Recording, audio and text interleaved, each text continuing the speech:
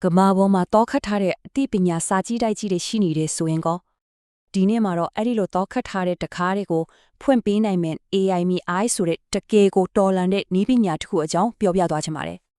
ဒီစကားကတကယ်ကိုစဉ်းစားစရာပါပဲနော်အသိပညာတွေကမျက်စိရှိမှတကယ်ရှိနေတာဒါပေမဲ့တော့ခတ်ခံထားရတယ်လို့ပဲအမှန်လို့လေဒါကတင်စားပြီးပြောနေတာမဟုတ်ပါဘူးလူတန်းပေါင်းများစွာအတွက်ကတော့ဒါဟာနေ့စဉ်နေ့မြကျုံတွေ့နေရတဲ့လက်တွေ့ဘဝကြီးတစ်ခုပါပဲ ဟုတ်ပါတယ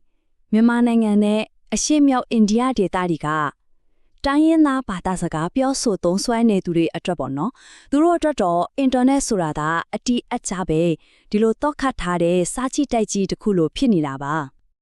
ကဲဘာကြောင့်ဒီလိုဖြစ်နေရတာလဲအဖြေကယူရှင်းပါတယ်ဒါမဲ့နည်းနည်းတော့စိတ်မကောင်းစရာပေါ့နီးပညာကုမ္ပဏီကြီးတွေကလည်းချင်းကချင်နားကားလိုဘာသာစကားတွေကိုစီးပွားရေးအရာတွက်ချင်မကိုက်ဘူးဆိုပြီးသတ်မှတ်ထားကြလို့ပါပဲအဲ့ဒီတော့ဘာဖြစ်သွားလဲဆိုတော့သူတို့ရဲ့တကယ့်ကိုအဖို့တန်တဲ့ရန်ပညာတွေယဉ်ကျေးမှုတွေဟာ digital ကဘာကြီးနဲ့အဆက်ပြတ်နေကြရတာပေါ့ ဒါပေမဲ့လေအခုတော့အဲ့ဒီလို digital ကွာဟာမှုချီကိုဖြည့်ဆည်းပေးမဲ့တရားတစ်စင်းပေါ်ထွက်လာပါပြီသူ့ရဲ့နာမည်ကတော့ EMI AI ပါ သူ့ရဲ့နာမည် EIMI ကိုကအသိပဲရှိပါတယ်လူအလုံးကလို့ဆိုလိုတာပါဆိုတော့ဒါကရိုးရိုးဘာသာပြန်ဆက်တစ်ခုမဟုတ်ဘူးဆိုတာရှင်းပါတယ်ကဘာအသိပညာတွေကို data ခန့်နေစီသက်ဆောင်လာပေးတယ်ပြီးတော့ data ခန့်နေရဲ့ဉာဏ်ပညာတွေကိုလည်းကဘာကြီးစီပြန်လည်မျှဝေပေးတယ်အသွားအပြန်နှစ်လမ်းသွားတရားတစ်ခုလိုပါပဲ ကဲစိတ်ဝင်စားစရာကောင်းတာကအီမီရိုင်ကိုဘယ်လိုတိဆောက်ခဲ့ကြရလဲဆိုတာပါပဲသူတို့မှာက data ကတိတ်အများကြီးမရှိဘူးလေအဲ့ဒီလိုအခြေအနေမှာတကယ့်ကိုထက်မြက်တဲ့ဖြည့်ရှင်းရေးတစ်ခုကိုရှာတွေ့ခဲ့ကြတယ် ဒါတကယ့်ကိုအကြီးမားဆုံးစင်ခုံမှုပဲဘာလို့လဲဆိုတော့ AI တခုကိုဘာသာစကားတစ်ခုကောင်းကောင်းတက်အောင်သင်မျိုးဟုတ်ဆိုရင်လေ website ပေါက်တန်းနဲ့ကြည့်တဲ့ data တွေလိုအပ်တာကိုဒါမှမဟုတ်ရင်နာဘာသာစကားတွေမှာအဲ့လို data ကမရှိဘူးအဲ့ဒီပြဿနာကြောင့်ပဲနီးပညာကုမ္ပဏီကြီးတွေတောင်လက်ဆောင်ခဲ့ကြတာပေါ့ အဲ့ဒီတော့သူတို့ဘယ်လိုဖြည့်ရှင်းခဲ့ကြလဲအဖြေကတကယ်ကိုအော်စရာကောင်းပါတယ်သူတို့ကတမချန်းစာကိုအသုံးပြုခဲ့ကြတယ်ဟုတ်ပါတယ်တမချန်းစာပါဘာကြောင့်လဲဆိုတော့လေတမချန်းစာကဘာသာစကားပေါင်းထောင်နဲ့ချီပြီးဘာသာပြန်ဆိုထားတယ်ပြီးတော့ तू ကရှုပ်ထွေးပြီးအရေးအသွေးမင်းနဲ့စာသားတွေအပြစ်နဲ့ဒါကြောင့် AI ကိုတရားမျှတမှုတို့ကုစားခြင်းတို့လိုမျိုးနက်နဲတဲ့သဘောတရားတွေကိုသင်ကြားပေးနိုင်ခဲ့လာဖို့တကယ်ကိုထိုးထွင်းညံရှိအဖြစ်ရှိနေပါတယ် ဒါပေမဲ့ data ခန့်ရဲ့ထမျက်မှုတစ်ခုတည်းနဲ့တော့မပြီးဆုံးသေးဘူးသူတို့မှာနောက်ထပ်တကယ်ကိုအရေးကြီးတဲ့အစိတ်ပိုင်းတစ်ခုလိုအပ်နေသေးတယ်အဲ့ဒါဘာလဲဆိုတော့ကဘာအစစ်မီနီးပညာပါပဲ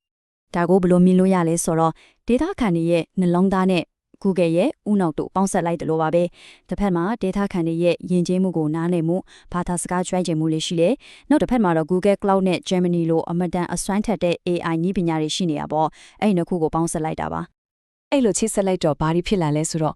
့အရင်ကတီးခြားစီဖြစ်နေခဲ့တဲ့ data ခန့် AI တွေဟာအခုဆိုရင် Wikipedia တို့စေပညာကျန်တွေတို့စိုက်ပျိုးရေးဆိုင်ရာမတန်းတွေလိုကဘာအသိပညာရတနာတိုက်ကြီးတစ်ခုလုံးကိုအပြည့်အဝရယူသုံးစွဲနိုင်သွားပြီပေါ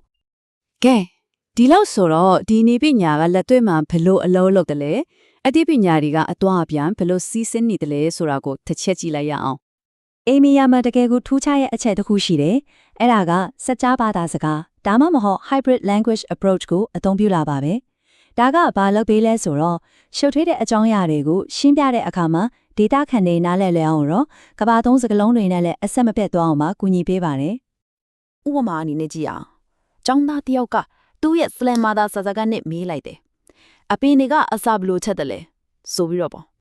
အဲ့ဒီခါမှာ AI ကဘာလုပ်လဲဆိုတော့အရင်ဆုံးအထူးကကျတဲ့နေမနာကဝဟာရဖြစ်တဲ့ photosynthesis ဆိုတဲ့စကားလုံးကိုမိတ်ဆက်ပေးလိုက်တယ်ပြီးတော့မှအဲ့ဒီ photosynthesis ဆိုတာဘာလဲဆိုတာကိုကျောင်းသားနားလေတဲ့ဖလန်းဘာသာစကားနဲ့အသေးစိတ်ပြန်ရှင်းပြတယ်အရန်ကောင်းတဲ့နီလန်းပဲဘာလို့လဲဆိုတော့ကျောင်းသားကသူ့ဘာသာစကားနဲ့အကြောင်းအရာကိုအပြည့်အဝနားလဲသွားတယ်လို့ကဘာသုံးမော်ဟာရအသစ်တစ်ခုကိုလည်းတခါတည်းသင်ယူပြီးတော့ဖြစ်သွားတာပေါ့ဒီလိုအသိပညာတွေအတွင်းကိုစီးဝင်လာခြင်းတဲ့အကျိုးဆက်ကတကယ်ကိုလက်တွေ့ဘဝတွေကိုပြောင်းလဲစေတာပါဥပမာအထက်တန်းကျောင်းသားတယောက်ကနိုင်ငံတကာတင်ယုံညွန့်တန်းတွေကိုသူ့ဘာသာစကားနဲ့လေ့လာနေလာတယ်လူနာတယောက်ကစေဘိုလင်းကိုတက်ဖွင့်ရိုက်လိုက်ယုံနဲ့ညွှန်ကြားချက်တွေကိုဂျင်းဖော်ဘာသာစကားနဲ့ဖတ်နိုင်လာတယ်လေဓမားတကူကလည်းတိနန်းယောဂတခုရဲ့ကုထုံးကိုမတူဘာသာစကားနဲ့အလွယ်တကူရှာဖွေနိုင်လာပါတယ်ဒါပေမဲ့အစိုးကပြောသလိုပဲဒီတရားကတလန်းသွားမဟုတ်ပါဘူးအသိပညာတွေကအပြင်ကိုလည်းပြန်စည်းထွက်တယ် AI ကဒေတာခန့်တွေရဲ့ရှေးဟောင်းလျက်မှုတွေကို digital စနစ်အဖြစ်ပြောင်းလဲပေးတယ်တက်ကြီးဝယ်အိုတွေရဲ့ပုံမြင်တွေကို ကဘာကနားလေတဲ့ဘာသာစကားနဲ့မျှဝေပေးတယ်။ဝေးလံခေါင်ပြတဲ့ရွာတွေကဒေသရာဇဝင်တွေကိုကဘာကြီးစီဖြန့်ဝေပေးတယ်။ဒါဟာသူတို့ရဲ့ယဉ်ကျေးမှုကိုထိမ့်သိမ်းဆောက်ရှောက်ပေးတာလေ။အသိပညာကိုယူယုံတတ်တတ်မဟုတ်ပဲ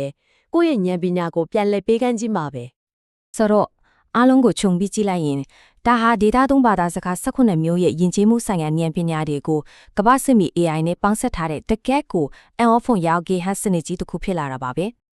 ဒီစီမံကိန်းရဲ့နောက်ွယ်ကမျှော်မှန်းချက်ကတကယ်ကိုရှင်းလင်းပြီးအားတစ်စရာကောင်းပါတယ်။အဲ့ဒါကတော့